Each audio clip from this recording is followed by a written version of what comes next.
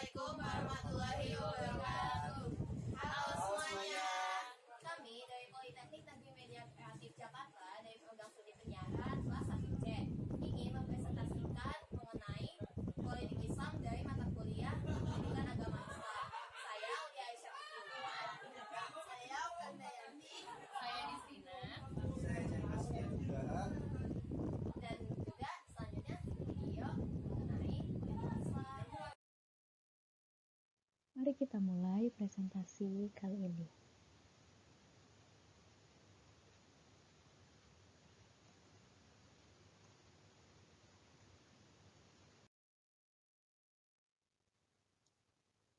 Berikut adalah nama-nama anggota kelompok pada politik Islam.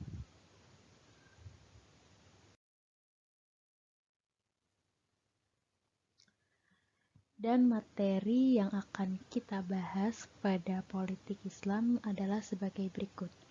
Yang pertama adalah pengertian politik, kedua pengertian politik Islam, ketiga sejarah politik Islam, keempat kedudukan politik Islam, kelima prinsip politik luar negeri dalam Islam, keenam prinsip dasar politik Islam, ketujuh prinsip utama sistem politik Islam, kedelapan tujuan politik menurut Islam, kesembilan politik Islam di Indonesia.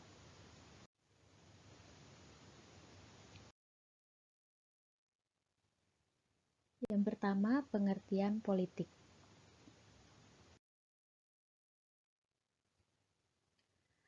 Politik berasal dari bahasa Yunani, yaitu politikus, yang berarti dari, untuk, atau yang bersangkutan atau berkaitan dengan warga negara, adalah proses dari pembentukan dan pembagian kekuasaan dalam suatu masyarakat.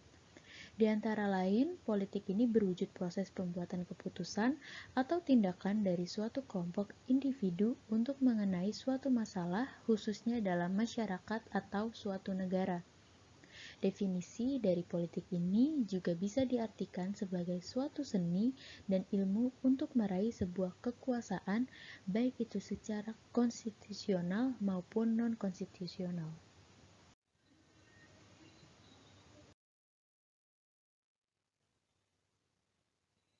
Yang kedua, pengertian politik Islam.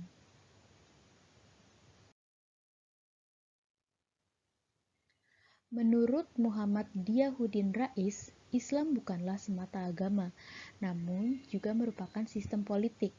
Islam lebih dari sekedar agama. Islam mencerminkan teori-teori perundang-undangan dari politik. Islam merupakan sistem peradaban yang lengkap, yang mencakup agama dan negara secara bersamaan.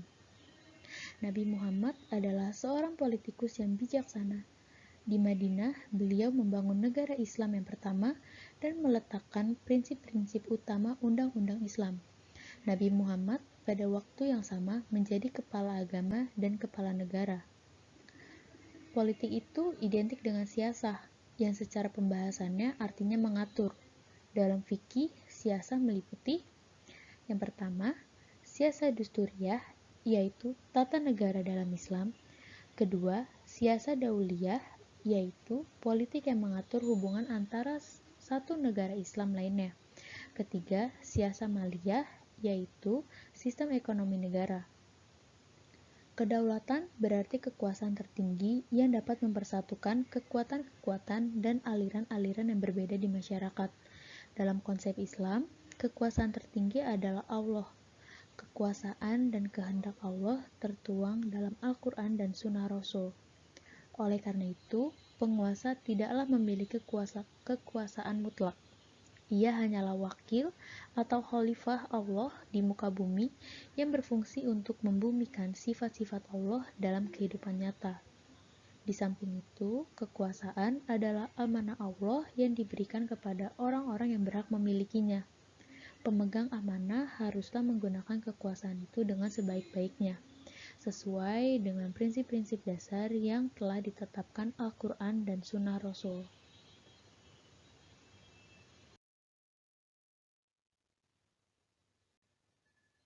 Ketiga, sejarah politik Islam.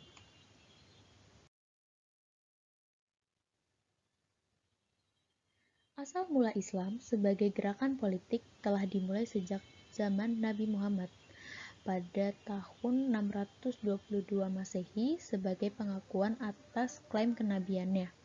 Muhammad diundang untuk memimpin kota Madinah. Pada saat itu, dua kaum yang menguasai kota, yaitu Arab Bani Aus dan Bani Khazraj, berselisih. Warga Madinah menganggap Muhammad sebagai orang luar yang netral, adil, dan imparsial. Juga diharapkan dapat mendamaikan konflik ini. Muhammad dan pengikutnya kemudian hijrah ke Madinah, di mana Muhammad menyusun Piagam Madinah. Dokumen inilah yang mengangkat Muhammad sebagai pemimpin kota sekaligus mengakuinya sebagai Rasul Allah.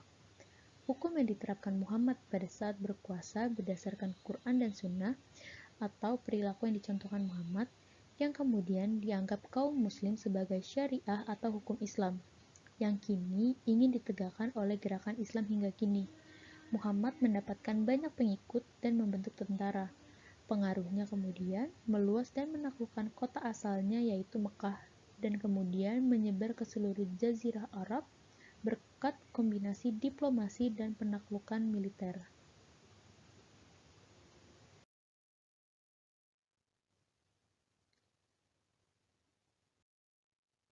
Yang keempat, kedudukan politik Islam.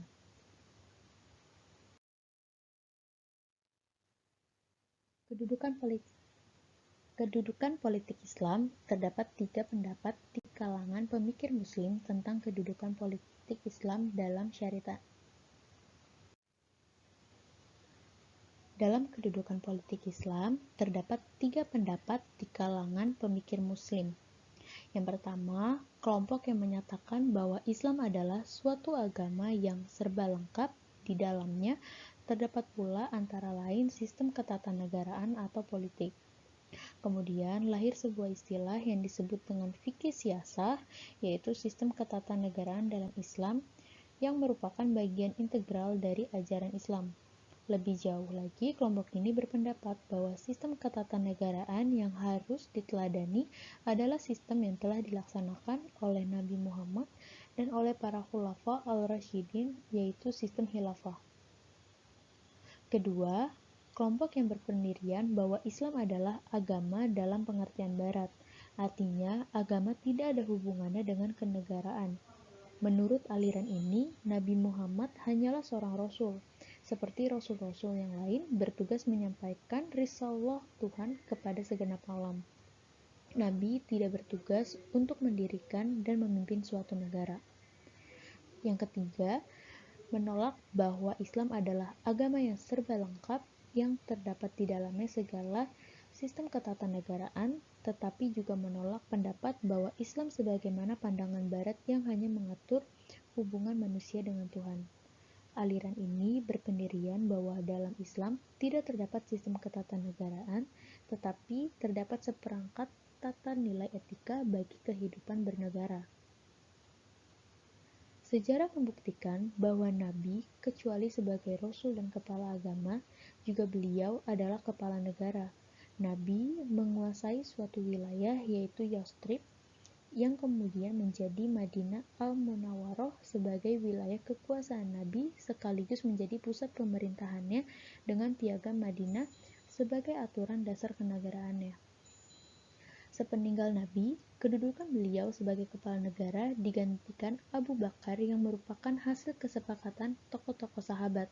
Selanjutnya, hal tersebut disebut dengan khalifah. 5. Prinsip politik luar negeri dalam Islam. Dalam Al-Quran ditemui beberapa prinsip politik luar negeri dalam Islam, yaitu A. Saling menghormati fakta-fakta dan traktat-traktat. Lihat pada Quran Surat 8 ayat 58, Quran Surat 9 ayat 4, Quran Surat 16 ayat 91, Quran Surat 17 ayat 34. B. Kehormatan dan integrasi nasional. Lihat pada Quran Surat 16 ayat 92. C.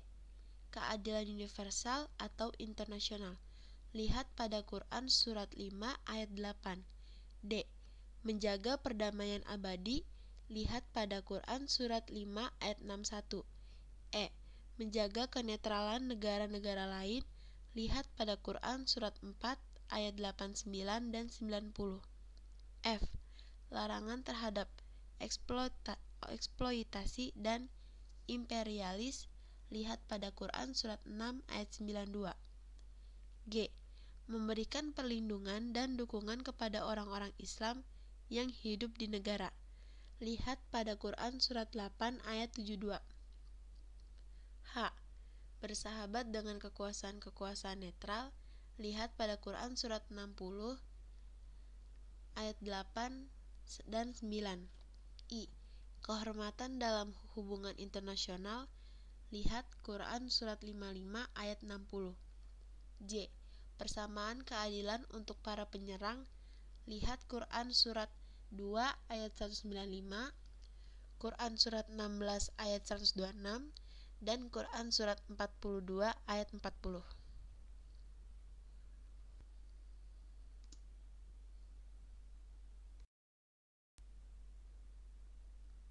Prinsip politik luar negeri dalam Islam. Prinsip-prinsip dasar syiah dalam Islam meliputi antara lain: 1. Musyawarah, 2. Pembahasan bersama, 3. Tujuan bersama, yakni untuk mencapai suatu keputusan. 4. Keputusan itu merupakan penyelesaian dari suatu masalah yang dihadapi bersama. 5. Keadilan. 6. Al-musawah atau persamaan. 7. Al-huriyah atau kemerdekaan. 8. Perlindungan jiwa raga dan harta masyarakat. Selanjutnya ada prinsip dasar politik Islam. Prinsip dasar politik Islam yang pertama ada hakimiyah ilahiyah. Hakimiyah atau memberikan kuasa pengadilan dan kedaulatan hukum tertinggi dalam sistem politik Islam hanyalah hak mutlak Allah.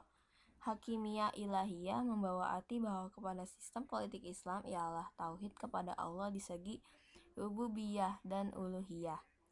Lalu yang kedua ada risalah. Risalah berarti bahwa kerasulan beberapa orang lelaki di kalangan manusia sejak Nabi Adam hingga kepada Nabi Muhammad SAW adalah suatu asas yang penting dalam sistem politik Islam. Melalui landasan risalah inilah maka para rasul mewakili kekuasaan tertinggi Allah dalam bidang perundungan dalam kehidupan manusia. Para rasul menyampaikan, mentafsir, dan menerjemahkan segala wahyu Allah dengan ucapan dan perbuatan. Lalu yang terakhir ada khalifah. Khalifah berarti perwakilan. Kedudukan manusia di atas muka bumi ini sebagai wakil Allah. Oleh itu, dengan kekuasaan yang telah diamanahkan ini, maka manusia hendaklah melaksanakan undang-undang Allah dalam batas yang ditetapkan.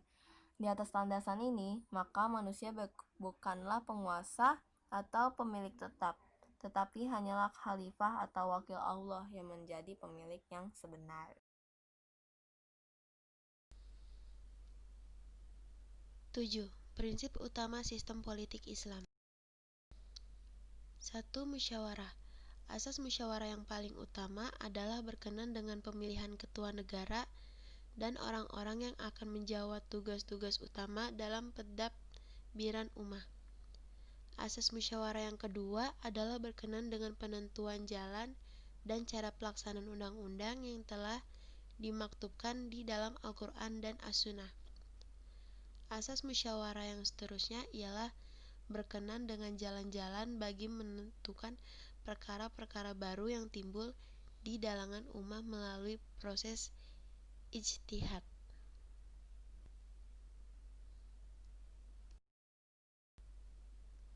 Dua, keadilan. Prinsip ini adalah berkaitan dengan keadilan sosial yang dijamin oleh sistem sosial dan sistem ekonomi Islam.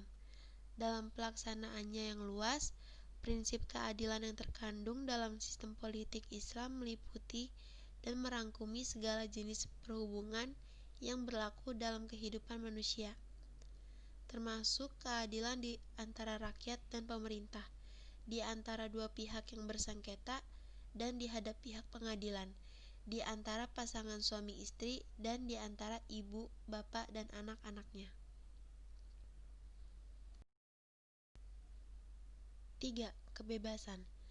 Kebebasan yang dipelihara oleh sistem politik Islam ialah kebebasan yang berdasarkan kepada ma'ruf dan kebajikan.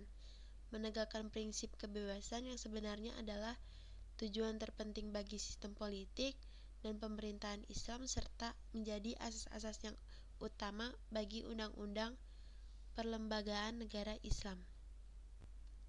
4. Persamaan. Persamaan di sini terdiri dari pada persamaan dalam mendapatkan dan menuntut hak, persamaan dalam memikul tanggung jawab menurut perikat-perikat yang ditetapkan oleh undang-undang pelembagaan, dan persamaan berada di bawah kuat kuasa undang-undang. 5. Hak menghisap pihak pemerintah. Hak rakyat untuk menghisap pihak pemerintah dan hak pendapat penjelasan terhadap tindak tanduknya. Prinsip ini berdasarkan kepada kewajiban pihak pemerintahan untuk melakukan musyawarah dalam hal-hal yang berkaitan dengan urusan dan pentadbiran negara dan ummah. Hak rakyat untuk disuarakan adalah berarti kewajiban setiap anggota dalam masyarakat untuk menegakkan kebenaran dan menghapuskan kemungkaran. Dalam pengertian yang luas, ini juga berarti bahwa rakyat berhak untuk mengawasi dan menghisap tindak tanduk dan keputusan-keputusan pihak pemerintah. 8. Tujuan politik menurut Islam. Tujuan politik menurut Islam. Tujuan sistem politik Islam adalah untuk membangun sebuah sistem pemerintahan dan kenegaraan yang tegak di atas dasar untuk melaksanakan seluruh hukum syariat Islam. Tujuan utamanya ialah menegakkan sebuah negara Islam atau Darul Islam. Dengan adanya pemerintahan yang mendukung syariat, maka akan tertegaklah ad-din dan berteruslah segala urusan manusia menurut tuntunan ad-din tersebut.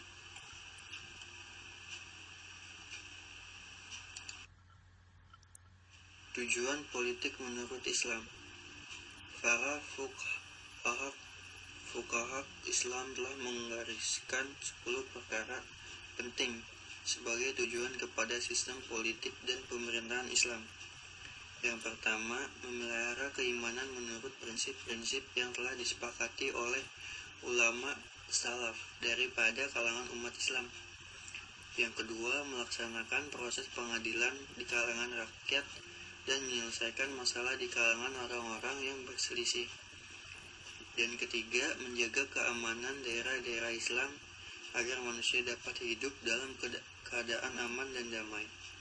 Keempat, melaksanakan hukuman-hukuman yang telah ditetapkan syarak demi melindungi hak-hak manusia. 5. Menjaga perbatasan negara dengan berbagai persenjataan bagi menghadapi kemungkinan serangan daripada pihak luar. Keenam, melancarkan ijtihad terhadap golongan yang menentang Islam. Ketujuh, mengendalikan urusan pengutipan cukai, zakat, dan sedekah sebagaimana yang ditetapkan syarat. 8. Mengatur anggaran belanjawan dan pembelanjaan daripada perbendaharaan negara agar tidak digunakan secara boros atau kikir. 9. Melantik pegawai-pegawai yang cekap dan jujur mengawal kekayaan negara dan menguruskan hal-hal pentadbiran negara. 10. Menjalankan pengawalan dan pemeriksaan yang rapi dalam hal-hal awam demi untuk memimpin negara dan melindungi ad-din. 9. Politik Islam di Indonesia.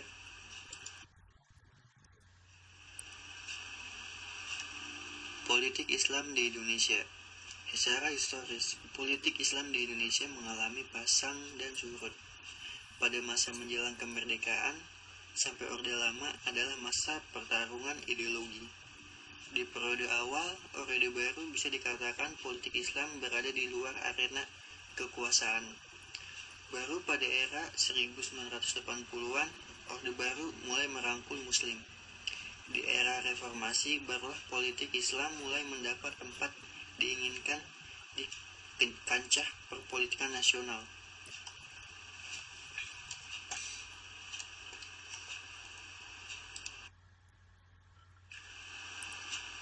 Politik Islam di Indonesia periode menjelang kemerdekaan Orde Lama. Pada periode ini, elit politik Indonesia terbagi menjadi dua kelompok, yaitu kelompok yang menginginkan Indonesia berdasarkan Islam dan kelompok menginginkan Indonesia berdasarkan ideologi non-agama, yaitu kelompok nasionalis. Kedua aliran pemikiran tersebut masing-masing mempunyai akar dalam sejarah perkembangan gerakan nasionalis Indonesia pada tengah pertama abad ke-20. Peristiwa ini menjadikan sejumlah kelompok Islam merasa dikhianati. Kekalahan ini oleh generasi Islam berikutnya dipandang sebagai kelemahan politik Islam. Dampak peristiwa tersebut memunculkan pemberontakan di beberapa daerah dengan tujuan mendirikan negara Islam. Misalnya Kartosuwirjo di Jawa Barat pada tanggal 7 Agustus 1949 memproklamasikan Negara Islam Indonesia atau disingkat NII. Kahar Muzakar mengadakan pemberontakan di Sulawesi Selatan pada tahun 1952 dan Daud Beurewe memproklamasikan Negara Islam di Aceh sebagai bagian dari NII yang diproklamasikan Kartosuwirjo. Namun, sebagai pemberontakan ini justru selanjutnya melemahkan perjuangan politik Islam karena menjadikan rejim Orde Baru selalu curiga terhadap politik Islam.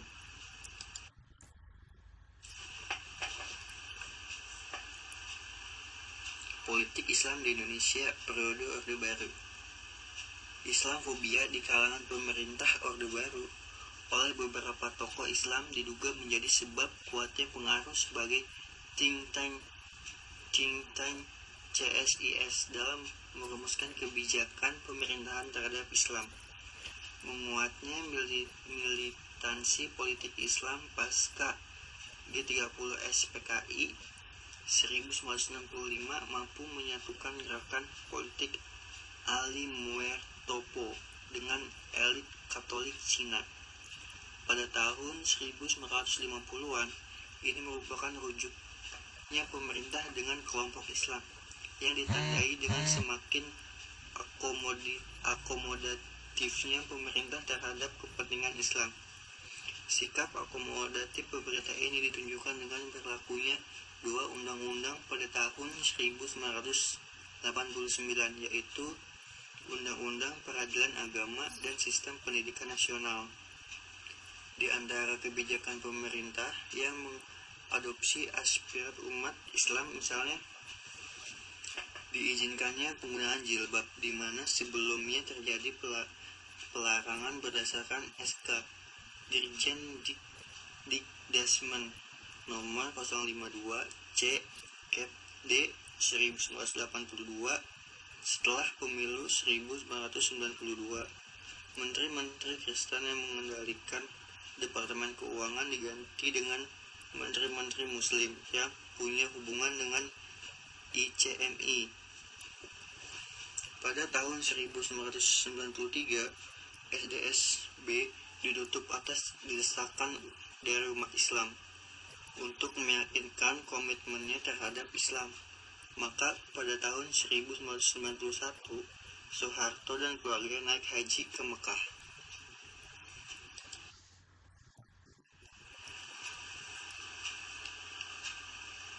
Politik Islam di Indonesia periode reformasi.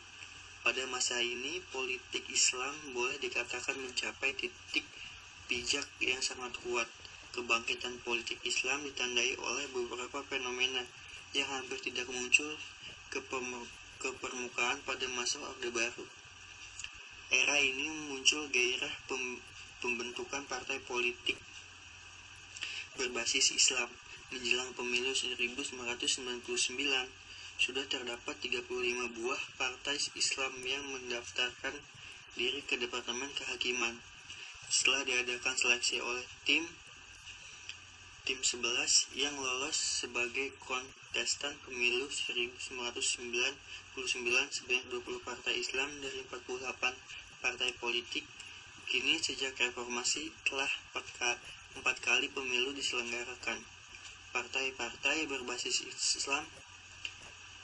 Islam secara akumulatif belum pernah meraih kemenangan.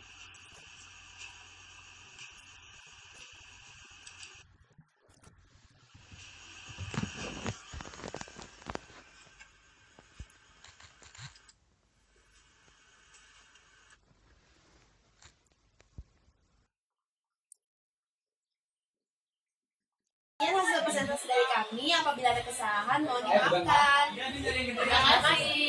Jangan lupa like, comment, share, and subscribe channel ini guys. dadah.